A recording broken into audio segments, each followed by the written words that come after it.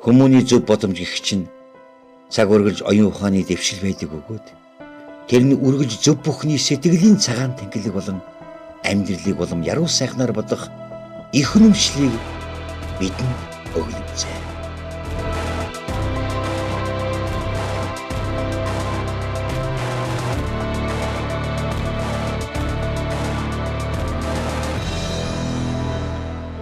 Цагаан тэнхлэг. Цагаан тэнхлэг нэвтрүүлгийн энэ удаагийн дугаарыг эхлэж байна.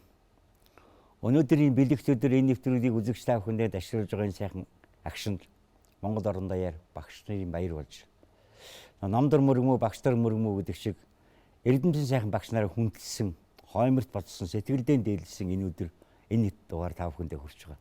Тэмччээр энэ бэлэгшээлийг бодож өнөөдрийнхөө дугаард бид Монгол улсын хөдөлмөрийн хувийн Улаантөгийн одонд, Алтан газар содонд Ардын боловс сурлын тэргүүний ажилтан Сандгийн Эрдэнэ чимгээг өрж оролцуулж байна. Багш нарын баярын мэнд хүргэе. За баярлалаа. Орон даяар сайхан өдөр байна. За баярлалаа. Чанар хараад бахархаж байгаа явцсан донд одоо мэдээж нэр багшийн хоёлоо ярь таарна. Эхлээд өөрийнхөө тухай товчхон танилцуулгууд тийм. За намайг Сандгийн Эрдэнэ чимэг гэдэг Төв аймгийн Баянцогт сумын уугуул, Говьсөнбөрийн аймгийн Шивээ говь сумын дунд сургуульд удаан жил багшилж байгаа. Тэндээсээ Гавьяаныхаа амралтанд гарсан. Одоо Гавьяаныхаа амралтанд гараад 3 дахь намартайгаа залгаж байна. За орос хэлний багш мэргэжилтэй мэргэжлэрээ 34 жил багшилсан. 34 жил багшлахтаа бол би дандаа хөдөө суманд багшилсан. Би одоо ийм багш хүн байгаамаа. Сумын багш, суманд багшлна гэдэг үл их гавьяатай.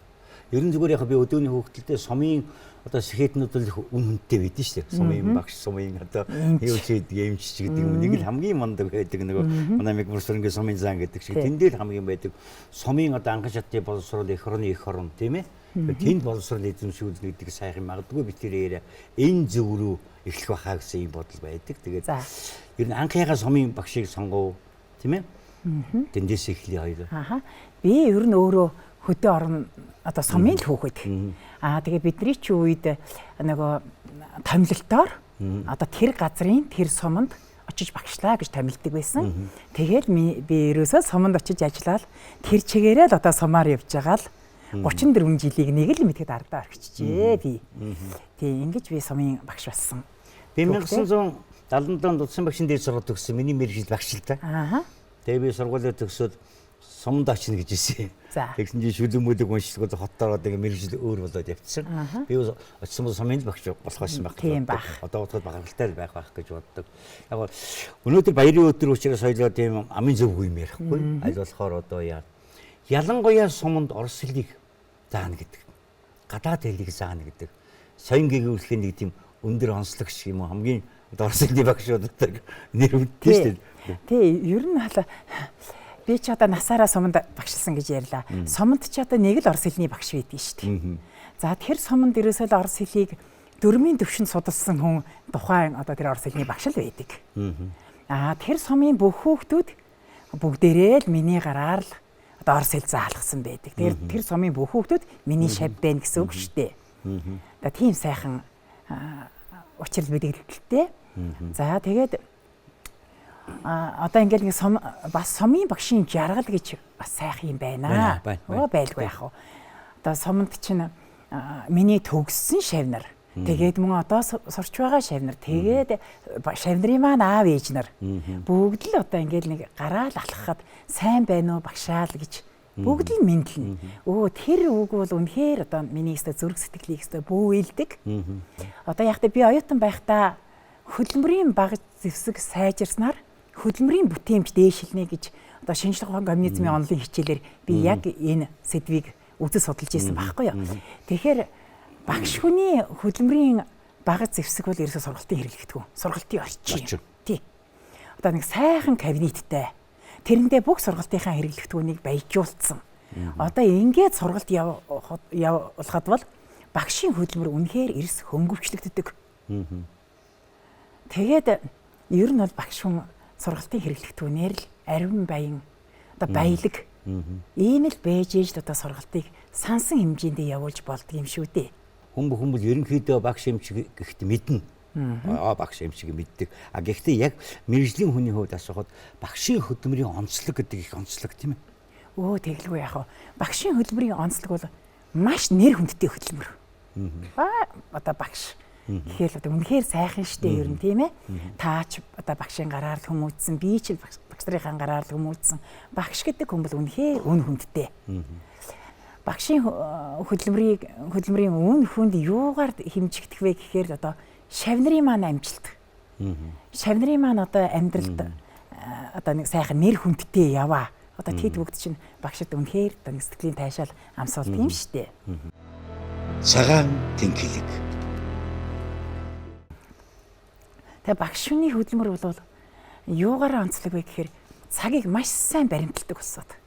Байдаг. Тий. Зөв өглөө 8 цагт хичээл эхлэхээс өмнө ангидаа 10 минутын өмнө ирэх орой ажил тарсны дараа 40 минутын хойно явах бол биш. Сургалтын 40 минутын чинь дотор нь маш олон хэсэгт хувааж үздэг юм штэ. Одоо хичээлээ зохион байгуулах, тэр хичээл эхлэх уур амьсгалыг бүрдүүлэхэд хэдэн минут зориулах юм. Өнгөрсөн хичээлийг сэргээн санахад хэдэн минут зориулах юм. Шинэ мэдлэг бүтээхэд хэдэн минутаа зориулах юм. Баттгахад одоо хэдэн минут зориулах юм. Хичээлээ төгсөөд одоо ингээд дүгнэхтэй хэдэн минут зориулах юм.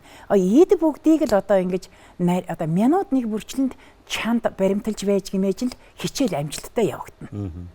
Цагтаа багтаагүй хичээл гэдэг чинь маш үр дүнгүй байдаг байхгүй юу? Жишээ нь одоо нэг сайн хичээлийн уралдаан, хэлэлцүүлэгт хичээлийн уралдаан, одоо дээх нь үйл ур чадварын уралдаан гэж ярьлаа шүү дээ. Цагтаа багтаагүй багшийн хичээл бол лавл одоо тэрүүн байранд эзлэхгүй байх жишээ тийм ээ. Би сумын сургуульд байхад намайг 3 дугаар ангид байхад үлээ 4 дугаар ангид байхад үлээ одоогоор энэ ардын давуужийг ирж тоглолт хийсэй. За. Тэгэл хүүхдүүд ногоон дээлтийн нэг төгрөө орно шүү дээ. Божигнаа барилдаад тоглолт болоод хүүхдүүд тоцолдоод барилдаад ингэж байдаг аахгүй. Одоо юм л үзэж байгаа нөгөөдг нь тоглож байгаа хоёр. Алдарч амингой шүүмний бодлыг тоглосон чинь тэр тангихмд байгаа сумын сургуулийн бүх хүүхдүүд чимэг болсон. Тэр зүчив ч юм уу зүгээр чимэг болсон. Шүүмэн гэж хэнийгч мэдэхгүй, жамин гэж хэнийгч мэдэхгүй зүрхэнд нэг юм ирээд байна да. ертөнцийн юм ирээд тийм тунгалаг хардаг одоо орчин бол сумын сургуулийн хүүхдүүд байдаг. Тийм биш юу? Тийм шүү дээ. Өнөөдөр хөдөөд багш сурагчдын хооронд ямар ч асуудал байхгүй. Багш сайхан хүндлэлд ор байна. Хамгийн хүндлэлтэй. Хүүхэд багш хоёр эвтэй найртай байхад юунаас болж тэр эцэг их одоо багштай нэг тийм эвгүй тааламжгүй харьцах юм би. Юусе тийм юм байхгүй шүү дээ. Үнэхэрийн одоо нам тайван байна. Хөдөөд одоо хүүхдийн хүмүүжил сайхан байна. Тэгээд одоо хөдөөгийн багшд одоо тэр төвжирлэн тэр цагийг одоо тийм нэг үр дүнгүй өнгөрөөх юм алга байна. Ажлаа сайхан хийгээд амар тайван явж байхад одоо тэр удирдлагын зүгээс бас одоо ямар нэгэн дарамт шахалт хөдөөд бол одоо тийм удирдлагын зүгээс дарамт шахалт байхгүй байна. Тэгээд одоо бүгдээрээ л өмнөхөө хийгээл одоо ингээл сурагчин сайхан сураад л багш нь сайхан хичээлээ зохион байгуулаад ингээл сургалт нэг л сайхан яваад идэм штэ хөдөөд. Энэ Орос хэлний улсын олимпиад гэдэгт бол одоо таавал шавнараа нэлийн тэргүүлүүлсэн туршлагатай юм байли тий. Яг хөө ингээд одоо сумаасаа одоо хүүхдүүдээс шалгалт аваад одоо тэргүүлсэн хүүхдүүдтэй олимпиадад бэлдэнэ. Тэгээд аймагт очиод уралдана. Аймагт тэргүүлсэн хүүхд маань улсын олимпиадад ирэхээ авдаг байхгүй юу? Тэр олон шавнар маань одоо аймагт тэргүүлж ер нь жил тутам би улсын олимпиадад ирдэг юм аа. Ирж байлаа одоо багшсан он жилүүдэд шүү дээ. Би ч одоо тэтгэврт гараад бас 3 дахь жилдээ орсон явж байгаа. Тий. Тэгээд ер нь хүүхдээ бэлтгэсэн шавья улсад төрүүлэгчгээд тэргүүн болон дэд байранд оруулчгаад ингээд явж байхад бол одоо ер нь багш хүний мөн сайхан баяр бахархал да. Тэрэн шиг баяр бахархал байхгүй. Тэгээд би бас боддгийн. Ер нь ингээд би манай Шивээ говийн сургуулийн бага ангийн сургалт үнэхээр сайн байхгүй юу? Бүр нэг доороос өстой би нэг сураад өгье, хичээгээд өгье, өстой бүтээгээд өгье гэсэн хүүхдүүд орж ирдэг.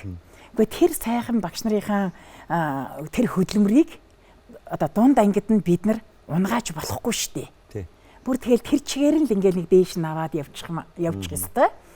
Тэгээд би улсын олимпиадад одоо ингээл шад маань төрүүлэхээр л дэд байр эзлэхээр л би багийнхан багш руу хамгийн түрүү уцтдгийг шүү дээ. Өстэй багш минь ээ, өстэй Бямба багш минь ээ, өстэй баярлалаа. Таны хүч буйнаар одоо миний одоо таны миний шав одоо ингээд тэргүүн байр эзэллээ гээл. Тэгээ одоо багаас одоо багын сургалт сайхан байхад бол одоо ерөөс тэгэл тэр сургуулийн сургалт бүр дээшээ тэгэл өсөөл явчихдаг. Хүмүүний зөв боломж гэх чинь цаг үргэлж оюун ухааны дэвшил байдаг өгөөд тэрний үргэлж зөв бүхний сэтгэлийн цагаан тэнхлэг болон амьдралыг болон яруу сайхнаар бодох их үнэмшлийг бидэнд өглөж. Тэгээ манай сургуулиас одоо SLT ерөнхий шалгалтын 800 нотнууд төвч байна. Одоо тэгэхээр багын сургалт сайхан байснаар л хэрвээ багаас уншдаггүй бичдэггүй хүүхэд ороод ирсэн бол бид одоо яаж 800 оноо хүртэл нь бэлтэх юм бэ? Яаж улсад төрүүлэх нь бэлтэх юм бэ? Бас ийм асуудал байгаа штэ. Байгаа. Би ягаад энийг өөрөөсөө ярьж байгаа юм бэ гэвэл шивээ говьсон бүрэхэд би мэднэ. Манай нутаг. Дарнагын. Тийм учраас би өөрөөсөө би мэддэг учраас өөрсөн байж магадгүй. За баярлалаа. Говьроход нутагч гэж хүмүүс бодох бай. Үнэхээр таавал одоо өөрөө хүнлээ таа гэж хэллээ. Өөрөө бол үнэхээр манай говьсон бүр одоо боржигын талд бол нэр хүндтэй багш би мэднэ. Тийм учраас модон шагналыг авсан. Бас нэг бахархмаар юм байгаа. Зүгээр энэ нөгөө Оросын холбооны улсын гадаад хэргийн жоох хөлөө энэ байна тийм. Энэ ямар учиртай энэ одоо почетны гармууд юм. Тий. Энэ ямар учиртай шагнал вэ гэхээр би олон одоо улсын олимпиадад төрүүлээл одоо Путиний тэтгэлэг төлбөрт хамрагдаад одоо тэгээ 34 жилийн туршид Путиний тэтгэлэг бол сүүлийн үед хэрэгжиж байгаамаа. Өмнөх одоо 34 жилийн туршид би олон шавнараа Оросын холбооны улсад суралцуулсан байна. За тийм учраас Оросын гадаад хэргийн яамны хүндэт жоох бичгээр би шагнагдсан. За энэ маань одоо надад бол маш ховор нандин маш чухал их гой шагнал шүү дээ. Тий. Оросын холбооны улсын гадаад хэргийн яамны хүндэт жоох бичих чинь 90 багш ирдэг баха. Тий одоо би хүртсэндээ л их баярлалаа байгаа. Би уцтаад өөдөө жийс дээр жоох авчираарай гэж би хэлсэн шүү дээ. Их сайхан. Ингээд би цаашаагаа явах гэдэг юм л да. Манай нэг багш хэлж ирсэн. Хамгийн сайн багш үл шавьдаг үлсгдэг багш хэлнэ гэж шавийн сайн явна явдаг юм байна л да. Тэр шиг одоо шавнарууд одоо таны шавнар бол бахархаар сайхан усуд олон бий дээ одоо. Олон байлгүй яах вэ? Тий олон шавнар маань одоо Оросын холбооны улсад мэрэгжил эзэмшлээ одоо нэг шав маань эдийн засагч болсон одоо Монголын нэр нөлөө бүхий нефтийн компанид одоо ажиллаж байна. Тэгэл салбарт иргэний нисхийн ерөнхий газарт ч одоо бас нэг сайхан шав маань ажиллаж байна. Үгүй энэ мэдчлэн одоо бас шавнар болгоноо бас хаана яваагийн сайн мэдэхгүй байна. Энэ он жилүүдийн уртад тий. Ерөнхийдөө сайн яваа. Ерөнхийдөө сайн яваа. Одоо Оросд боловсрол эзэмсэн өндөр мэрэгчлэлтэй одоо тэр усууд чинь сайхан л яваа. За бид тэрийг ингэж ярьж байхад нэг зүйлийг бол хүмүүс их хүндэтгэлтэй хандна гэж би итгэж байна. Тэгвэл түүхийн үнэнд бол Оросын соёл гэдэг юм уу тэр имийг дагснаар монголчууд улам хөгжсөн. Орос хэл гэдэг юм мэдснээр Оросын соёлтой одоо ойрцсноор хүндрэлтний соёлоор орсон. Орос хэл гэдэг юм бол монголчууд их хавьяага өгсөн шүү. Энийг үл ерөөсө мартаж болохгүй. Өнөөдөр англи хэлээ бус хэлээ сурна л гэж тийм ээ. Үнэхээр Орос хэл гэдэг бол монголчуудыг Оросын боловсрол гэдэг юм уу те Орос школтойг зарим оросоор сэтгэдэг гэдэг тэр шиг. Энэ бол үнэхээр Монголын хөгжилд бол нэг 70 жилд бол үнэхээр гавьяа байгуулсан шүү. Нэг муул харах байхгүй тийм ээ. Байхгүй. Тий одоо орос хэлээр би одоо өчнөө олон жил хоолой олж идснийхээ хувьд одоо орос гүрнийг би хүндэтгэж явдгийн шүү дээ. Тэр их гүрний одоо түүх соёл бол манайд туссан. Ер нь одоо Оросын одоо таны хэлдгээр нэг орос школоор одоо орос хэлний багш нар чинь нөгөө сургууль хүмүүжүүлэх ухаан, сэтгэл судлалын ухаан, орос хэл заах арга одоо тэд бүгдээрээ бол одоо нэг бас арай орос хэлний багш нар арай дөнгүүр байдгийн шүү дээ. Тий. Яагаад гэвэл нэг Оросынхоо сурах бичгээс нь шууд бид нар чинь шууд хүлээгээд авцсан. Нэг орчуулгаар биш. Одоо яг их сурах бичгээс нь эзэмссэн болохоор бас орос хэл дээрээс олон материал одоо мэдээлэл авсан болохоор жишээ нь одоо сэтгэл судлалын шинжлэх ухааныг бид нар одоо хүүхдийн сэтгэл судлал гэдгийг чи одоо маш нарийн үзлээ бид нар. Хүүхдийн сэтгэл судлалыг үзэхдээ одоо 10-аас 12 насны хүүхдийн сэтгэл судлал одоо 13-аас 14 насны хүүхдийн сэтгэл судлал гэл ингээл бүр нарийн үзэн штэ.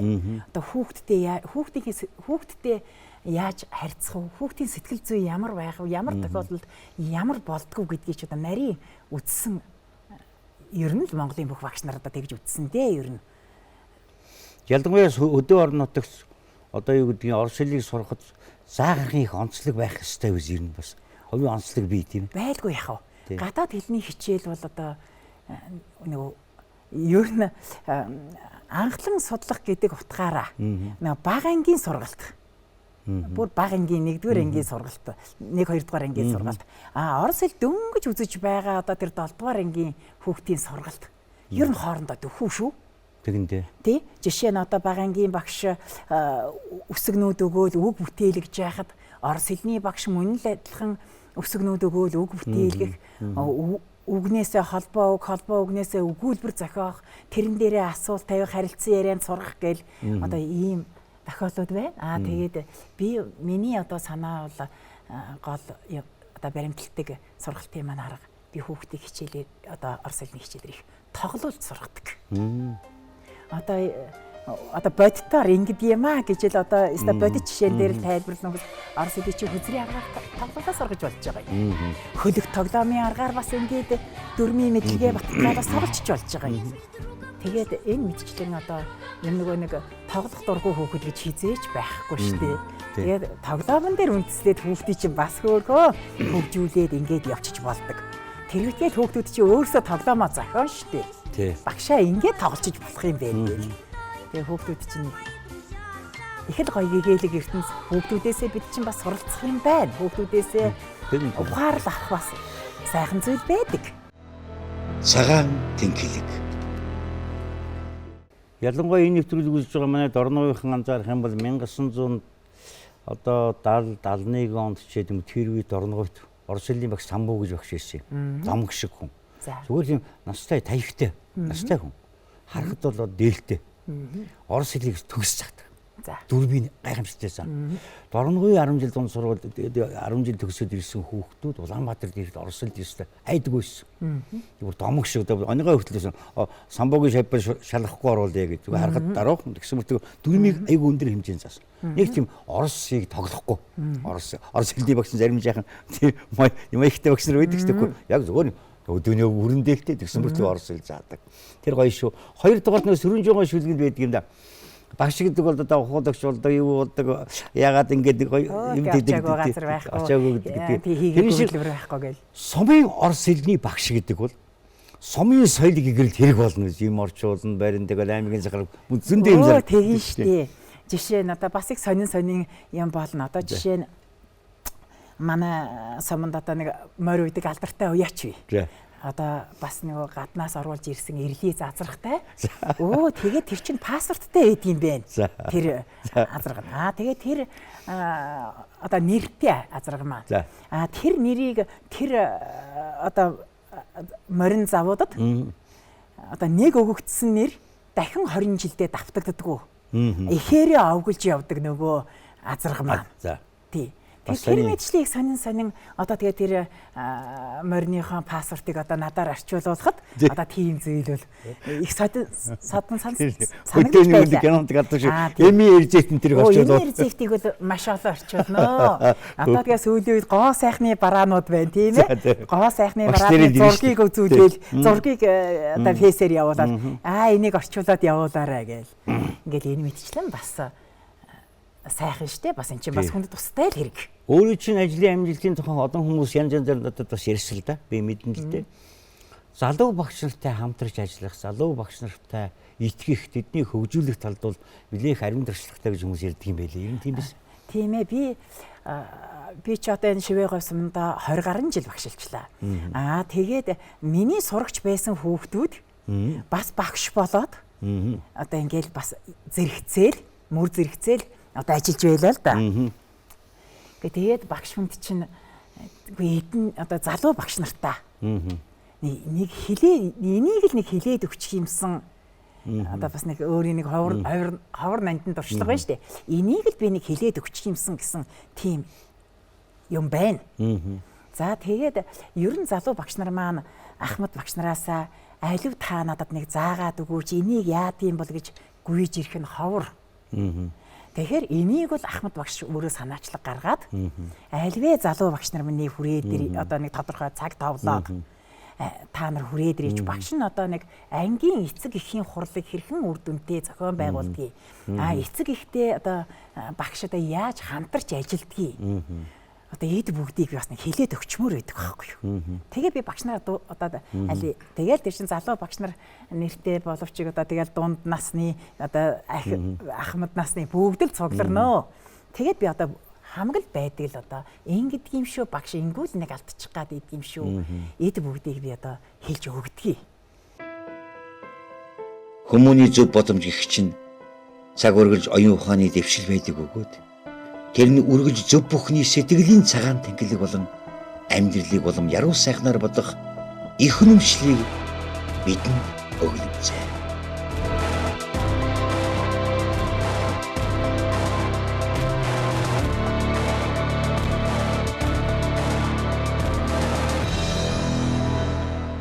Цагаан тэнхлэг. Тэгээд нэг сумын маань 30 жилийн сургуулийн маань 30 жилийн ой болоод. За тэгээд тэр ой номонд манай одоо шавнар маань намайг одоо ингэж шүлгэж оруулсан байсан. За. Орос гэдэг. Энэ тийм ээ. Орос хэлний хичээлийг ой танд ортол тоглол сургадаг багш. Олон багш наранд тойрол суудгаад борцтой цагаар дайлдаг өндөр ээж 100 шавнырийн хайртай сайхан багш зураг шиг шивээ гоён сургуулийн бурхан багшаа гэсэн. Тэгээд бидний сэтгэл юм да тийм. Тэгээ бас нэг сургалтын таатай орчин гэдээ ярьлаа штэ. Үгүй тэр хэдэн багш нарыг залуу багш нараа ингээл нэг ширээнд суулгачаа сурагч шиг сурагч ширээндээ суулгачаал би өмнө нь ингээл нэг багш хичээл зохион байгуулж байгаа юм шиг зогсож байснаас үгүй гэрээсээ нэг ахиухан боцтой банштай цай чанж ирээд тэдэндээ аялгалж өгөөд. За одоо тэгээд ингээд бид чинь нарийн нандин юмаа ярихад ямар сайхан тааламжтай уур амьсгал тэнд бүрддэг гэж бодно. Тийм Ахмадаас үг сонсох дуртай. Тэр та нарын үед бол тийм нэг хүүхдэд хэрэгцээ төрүүлж юм сургахтай өндөр байсан. Өөрийн чинь тоглодог гэдэг шиг. Хэрэгцээ төрүүлдэг. Одоо юу гэдгийг самбуу багш бидэнд байхдаа хатял гэрэлсгүй войны Оросууд дайны хөсөө юу гэж биччихээд за энийг та нар маргааш мэдээд ир. Тэгээд бид Оросууд ингээд тий. Тэнгүүт нөгөө дайны юм бид бууж ирээд бүгд тэр шүлгэлж байгаа байхгүй. Тэгтээ одоо ингэж байгаа зүгээр багшийн арга юм да. Манай үний амьдрал шиг янз янз шүү дээ. Манай ингээд өнчөө хөхт байсан. Тэргээр босоод тийм ээ. За чинь ээжийн дуухад өнчөж хэлэхгүй ш нөгөөс нь дуулна дуусахаар бид нар өвдөд уудсан шүү дээ. Шүүний өмнөс ч юм уу дуулан гутан. За маргааш ийм дууны одоо маргааш жахан дууны үгтэй хичээл орно гэд нөгөө мама милая мама как тебя я люблю дуудаг шүү дээ. Тэрний үгний болж. За. Тэгэхээр бид нар тэр үгийг чинь бодохоор тэр мама милая мама гэдгийг яг зүрхэндээ орос хэлээр боочж байгаа. Тэнгиж их тийм амьдралтай нь оруулж зүрх сэтгэлдээ хэрэгцээтэй нь оролцуулж их заадаг байсан. Та нар бол тийм л үеийн багш нар байгаа. Одоо тэгэлгүй яах вэ? Одоо яалтчгүй л хүүхдийнхээ одоо нэг сурах тэмүүлэлийг бий болгож ийж хичээл явуулна уу гэхээс одоо нэг сэтгэл зүйн таатай орчныг бий болгож ийж сургалт явуулна уу гэхээс одоо хүчээр болохгүй шүү дээ. Англи хэлдэггүй та нар явахгүй англи хэлдэггүй дэлхий даяарч байна гэж загнах уу хэрэгцээг нь төрүүлээд англи хэлийг тий заах уу гэдэг тэр ялгаа. Бидний үед хэрэгцээ хөндөр төрүүл заадаг байсан. Тэгэхээр үнийг хийж мэдэхгүй байж болохгүй юм байна. Өмнө ч наад сургалтын наад үзэл санаа чи явж л бай. Тий одоо явж байгаа. Тий Монголын боловсрол бас их сайхан хөгжиж байна өө. Тий багш нар залуу багш нарын дунд одоо надад дуршлага байна ч гэдэг юм уу. Одоо тэгэл ажлын байран дээр хөгжих одоо тэр бололцоо бол хот хөдөө одоо ялгаагүй болсон. Одоо захим орчин сайхан хөгжсөн. Тэ? Танай хүүхдүүд боловсрол хойноор төгссөн үү? Манай би 2 хүүтэй. Том хүү маань Оросд төгссөн. Бага хүү маань Монголд. За. Тий. Тэгэл Орос төгс Орос. Тий. Тийм. Оросын соёл бол өндөр соёл байдаг л да. Нэг тийм юм өнөөдөр ингэж харж хоёлоо багш нарын баярын өдөр янз бүрийн тийм ам хазаа амын зөвгөм ярмаар байна. Зүгээр сайхан тийм багштайгаа хүн уулзж байгаа шиг магадгүй нэг харж байхад олон шавнаар таны шаарсан байна. Тийм. Энд нэг ямар зураг энэ зургийг сонирх болооч зүгээр яг дараа нь энэ зураг ямар учиртай юм бэ гэхээр би их тохилог сайхан кабинеттай хүн. За. Кабинеттэй байлаа багшилж байхдаа. Тэнд бол одоо хэрэглэгдэхүүн хүн маань маш баялаг байлаа. Тэгээ би Говьсөнбөр аймгийнхаа бүх гадаад хэлний багш нарыг кабинет түшгэлсэн сургалт гэж сургалт зохион байгуулаад багш нараа би бүгдийг нь урьсан байхгүй. Тэгээд одоо би хэрэгэлдэг бүх арга, тоглоулдаг бүх тоглоомоо бүгдийн тэр багш нартаа л одоо дэлгэж тайлбарлаж одоо туршлагаа түгээн дэлгэрүүлж байгаа юм. За тэрэн дундаас мэдээж авахч зүйл байгаа. Тэр багшийн арга зүйд нийцгүйч зүйл байгаа, нийцж байгаа зүйл байгаа. Тэгээд ингээ би бичин багш нартаа Говьсөнбөр аймгийнхаа нийт багш нарт бас нэг өөрийнхөө арга туршлагыг түгээсэн. Тэгээ сая нэг манай Говьсөнбөр аймагт нэг чадварлаг багш гэсэн тийм уралдаан явагдаж байгаа юм байна. За. Тэгээд тэнд манай англи хэлний Говьсөнбөр аймгийн төвийн багш л та байгаль цэцэг гэдэг багш тэр уралдаанд оролцож байна. Тэгээд би тэр багшд амжилт төсөж одоо сэтгэл бичлээ л дээ. Амжилт төсөйя гэд. Тэгсэн байгаль цэцэг багш маань таны одоо кабинетийг үзэж сонирхож сайхан хөгсөл тэмүүлэлтэй болж би сайхан кабинеттэй болсон багштаа би баярлж явдаг шүү. Би одоо нэг багшийн ажилд бас миний энэ сургалт нөлөөлсөн бай, сайхан байна. Би тэрэнд гойд их баярлж байгаа. Таны урсгалны багш болох их үүдэн бол Северловскоос эхэлсэн байх эхлэл нь тийм ээ? Нөө тий Северловскд одоо сурч байх үеэс эхлээл тэгээд одоо тийм энэ Орос оронд нь улс орнд тухайн оронд их хэлийн одоо эзэмшил суралцсан гэж чинь маш том ололт шүү дээ. Тэгэлгүй яах вэ? Тэгэлгүй яах вэ? Одоо тэгэл Орос оюутантай цуг нэг байранд амьдрна. Тэгээд зан шил ярина. За дэлгүүрт орно мэдээж би дахин авахын тулд одоо Орос худалдагчтай орсоор л ярина шүү дээ. Тэр Орос худалдагчийн хэлж байгаа мөнгөн дүнг би орсоор л ойлгоно шүү дээ тийм ээ. Тэгэхээр бас орчинд сурах их гоё шүү. Энийг сайхан улаан талбайд их гоё зураг байх юм. За тий. Одоо энэ миний отгон шав. Одоо Оросын холбооны улсад одоо сурч байгаа ангаахын чиглэлээр. Тэгээ би нэг дэвтгүүртэй гарчаад нэг сайхан эрх чөлөөтэй болцгоол тэгээд би Москва яваад. За. Шав дээрээ очиод. Өө шавтайгаа улаан талбай дээр зураг авахуулаад нөгөө Алдарт Арбатын гудамжаар шавтайгаа хөтөлцөөд алхаж явхад үгүй багш гэдэг чи ямар сайхан мэрэгжил юм бэ гэж би бүр дотроо ингээл нэг огшоол их л сайхан байсан та. Тэгээ шавтайгаа уулзаад ингээд ирсэн. Хүний өөрөө өөртөө ярих гэдэг юм алисуд өөрөө өөрийгөө бодох юм бий л дээ. Ухаан зүгээр танд ярихад даруй биш гэж болно. Би бол асуух ёстой нэг асуулт байна. За. Тийм ээ миний нэг хариулахгүй байж болно биш шүү дээ. Зүгээр таны хувийн амжилт юу ингэ бодоход за би 34 жилд ийм бас хийх гэж оролджээ тийм ээ. Багшийн хувьд гэсэн нэг юм бод бий дээ. Би. Туслагч ярих юм ч байгаа баг. Байлгүй яг хөө би чинь одоо яг нэг улсын чанартай хувийн амжилт гэхээр би одоо нэг улсын чанартай уралдаанаас л нэрлэе л да. Оны шилдэг илтгэл шалгаруулах тийм улсын ерөнхий боловсролын дунд сургуулиудын багшийн дунд зохиогддог жил болгон зохиогддог тийм оны шилдэг илтгэл шалгаруулах тийм улсын уралдаан байдгийг. За би тэнд нэг 2005 билүү 6 оны үед багш сурагчийн харилцаа сэдвээр оролцож бас улсын 3 дугаар байрын шагналд хүртэж байлаа.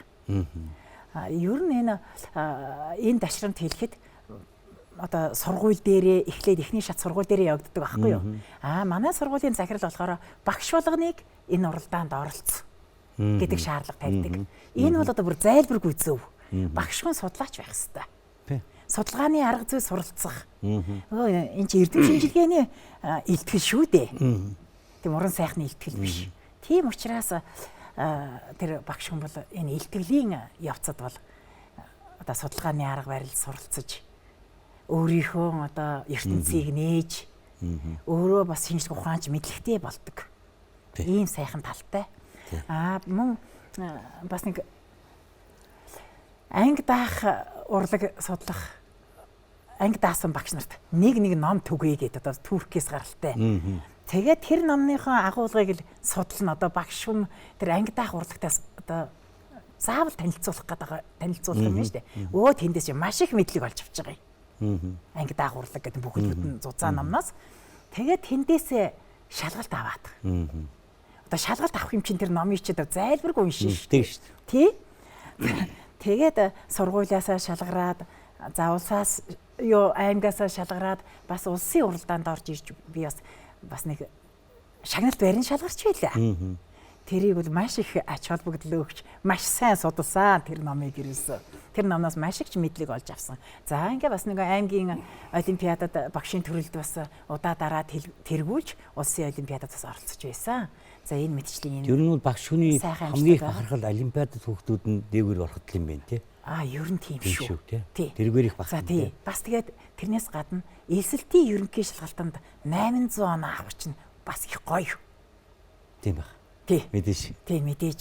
Одоо нэг шавья нэг 800 оноо авахулчаал тэгээл нэг багш нарын аймгийнхаа багш нарын баг хурал дээр одоо ингээл нэг нэрээ дурдуулаад эдгээр сууж яах чинь сайхан штэ.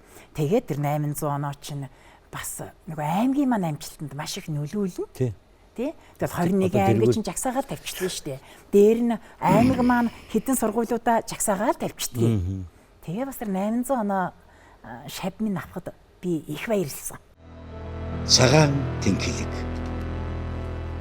Би зүгээр одоо өдийн насны Монгол улсын иргэний хувьд өдийн насны хүний хувьд бол бид нар мөнхийн хоёр хүчтэй хүндэх хэрэгтэй тийм ээ. Улам хүндтэйд улам сайхан хоёр одоо манай уран бол улам сайхан болж байна. Оросын соёл гэдгийг бол хүндлэх хэрэгтэй шүү гэж байлах дуртай хүн. Үнэн биз үү? Үнэн. Тий. Оросын соёлыг хүндлэх хэрэгтэй. Нэгэнт энэ их гүрэн биднээс нүгэл явчихгүй шүү дээ. Энэ хэлийн сайхан судлах хэрэгтэй. Хэлээрээ дамжуул соёлтой танилцах хэрэгтэй. За тэгээд бас хойд хөрш маань бас хэл гайлгүй бас айтайхан болчлоо шүү дээ. Одоо хэн дуртай нь одоо Орос орныг үзчих. Одоо улам судалж одоо улам судалж гэж байгаа байхгүй юу? Тий шүү дээ. Тий. Би бас тэгж бодоод байдаг. Би тэгж боддог. Өмнөд өршигөө соёлыг дундад дорны соёлыг энэ хоёрыг өндөр мэдж бид нар мэдлэгтэй болно шүү дээ тийм ээ. Тэгээ одоо Оросын соёлыг ярихээр бид нар их Украины дэвтэ холбоосоо гэж байна. Тэр хамаагүй тэр үнэхээр Оросын соёл гэдэг юм бол бид нар монголчууд өдний хэртэй сайхан болсон бол Оросын их соёлтой ойрцтой хэрэг болсон шүү. Их болсон. Ихэр болсон. Муулж ангаах ухааны чиглэлт чиг, боловсролын чиглэлт чиг, одоо техникийн чиглэлт чиг тийм ээ. Үнэхээр одоо Оросын соёл бол нэвтэрсэн тэр соёл дээр л бид чинь бас хөгжиж явна өө. Би нэг юм асууя. Таны мэрэгжсэн мэрэгжил учраас гадаад хэл эзэмших ёстой монголчууд хөгжих ёстой тийм ээ. Гадаад хэл эзэмших ёстой шүү гэдэг юмыг таавал их сайхнаар хэлэндээ бас тийм ээ. Ер нь тэглгүй яах нөгөө хэлтэй ивэл хүлтэй гэж. Тий. Ер нь хэл сэтгэхүй хоёр чинь маш нарийн холбоотой гэж багш маань зааж ирсэн байхгүй юу. Нэг юм нэмхэн цаас барьчаад нэг талд нь хэл нөгөө талд нь сэтгэхгүй гэж бичээд хүүхдүүдээ та нар ингээд энэ нэмхэн цаасыг ингээд одоо ингээ хуулаад хоёр болгож чадах уу. Тэгэхээр нэг хэн ширхэг нэмхэн цаасыг чадахгүй шүү дээ тийм ээ. Тэгэхээр нэг нь нөгөөгүйгээр хөгждөггүй юм аа л гэж зааж байлаа. Тэгэхээр хэлийг сураад сэтгэхгүй хөгжинэ. Одоо олон сайхан мэдээллийг аавна тий. Бас сэтгэж байж ярина. Ингээ манай дундаж одоо гол сэхэтүүд ингээл одоо 40-50 онд мөнгөд явсан мундаг сэхэтнүүд нь ш талдартай хүмүүс бүгдээрээ л. Тэгээд тэднийг ажиглаж байгаа тэр хүн хэлж ирсэн. Өнөөдрийн боловсролтой харьцуулаад Монголын сэхэтнүүдийн одоо 20 жилийн өмнө Монголын сэхэтүүд ихэнх нь орсоор сэтгэж байна гэж. Сэтгэдэг болцсон. Англиар бол зүгээр орчуулгын хэмжээнд байна гэж. Тэр сэтгэж болохгүй. Одоо дараа болохоор англиар сэтгэдэг бол бүр сайн болно шүү дээ. Одоо боловсролын хүрээнд байна гэсэн. Тэгм ер нь орсоор сэтгэлтэй. Олон жил яатсан юм чи гарахгүй. Энэ сэтгэмжийг бидэнд бол хөгжил болж авчирсан хоцроод бол ирээгүй шүү дээ. Тийм үү? Ирээгүй. Тий. Тэр үл ястаа зайлбаргүй юм. Өөрийн чинь зааж байгаа хичээлийг магтж байгаа юм биш ерөөсөө байгаа үнэн энэ тийм ээ. Тэгээ ийм сайхан боловсролыг миний говьд Монголын одоо сайхан одоо өмнө боржигн талд багшилж байсан танд сайн сайхан өсвөр мөрөөр сумын багш гэдэг нь их гоё санагдаад байгаа нэг Тий. юм нэг тийм гоё өгүүлэх шиг үз юм. Оо сайхан. Да. Одоо ерөөсөө сумын багш чинь одоо бүх шавнар маань л шавнарынхаа дунд тэнд амьдарч байна. Боловсрал мэдлэг эзэмшээд одоо сайхан явж байна. Цөмхөө өрөөд гүйж яваа шавнар мань ч бас тэнд байж л байна. Тэгэл нэг амар амгалангийн ертөнц. Тэнд. Гоё. Амар амгалангийн ертөнц. Тий. Сумын төвөр сумын багш явахад бүхэн мэдлэн. Бүхэн мэдлэн. Багш. Тий. Шавнар мань мэдлэн, шавнарын маань ээж аав мэдлэн. Тий. Одоо юу гэдэг 32 дахь сургуулиас гараад явж байгаа хүн мэдлэхгүй шүү дээ. Тоглож байгаа юм шүү. Хотын багш нар шаалж байгаа юм биш үү ер нь тийм. Мэдлэхгүй шүү дээ. Надад одоо тэгээ нэг хотод нэг одоо өдрийн ад шиг одоо шавтайгаа тааруул одоо бөөм баяр одоо ерөөсөө тий. Тэр чинь сайхан. Өөрийн чинь эзэмшсэн мэрэгдэл зорилсон зорилго. Ялангуяа сум орнотогт энэ боловсролыг түгээсэн гэдэг нь өөрөө эргээд буцаад бодохоор их туйлс юм шиг, алжаргал шиг, амьдралын баяр баясгал юм шиг, нэг амьдрсан юм шиг санагдана үү? Тэг нь одоо би чинь 34 жил багшлахтаа би их жаргаж багшилсан. Тэгээ би бас шавнартаа хэлдэг штэ.